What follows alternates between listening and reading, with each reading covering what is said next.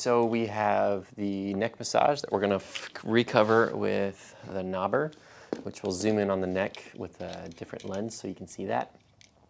We have the lat stretch, trying to get your scapula a little bit further away from your rib cage, because as we talked about, if that clavicle is horizontal, that means your scapula is depressed. The further this goes down, the more tension you have on your neck. So this is my range of motion. Normalize my scapular position, my range of motion increases.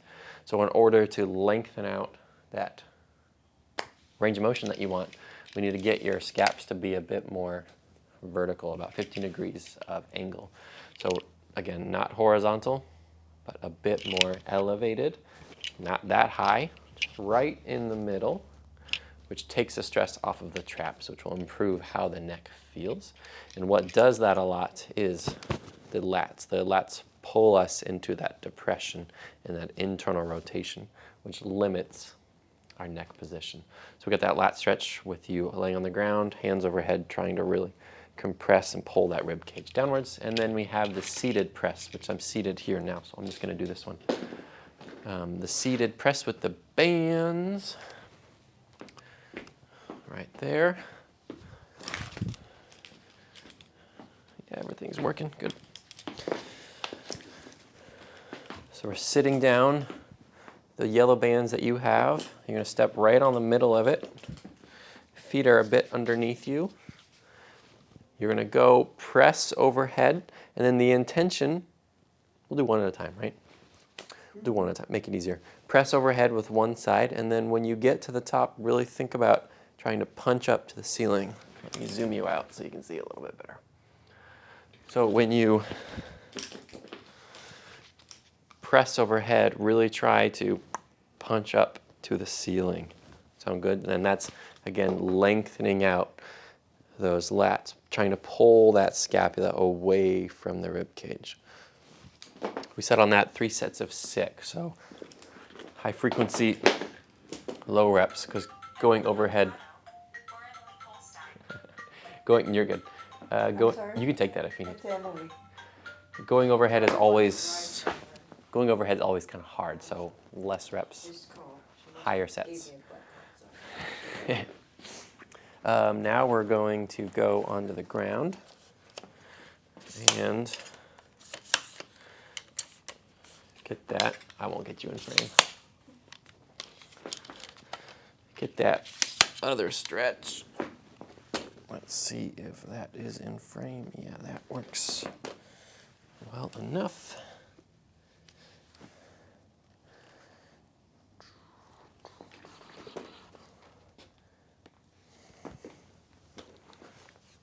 Still recording. Yeah, that works. So you're going to grab your file cabinet overhead at a pretty big stretch anyways, just a pretty big reach. Pull your body downwards to lengthen, again, this stretch.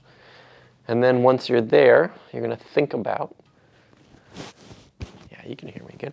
You're going to think about flattening your tummy or flattening your back down to the ground, which pulls that rib cage downwards, which lengthens out those lats even more. And then progression 2 is you can lift your hips up a little bit. So again, the intention is to really lengthen out your scaps from your rib cage, flatten your tummy, and feel that stretch in the armpit. Here, overhead, again, can be hit or miss in terms of how long to do it.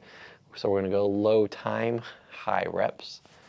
So meaning, I'll just say 10 seconds max for a stretch. And then let's do that 5 times. Both hands, really trying to get that lat stretch. Cool? Yeah.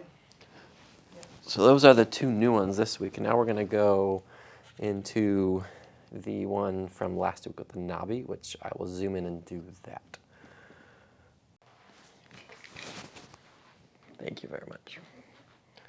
So how do we get rid of that shadow?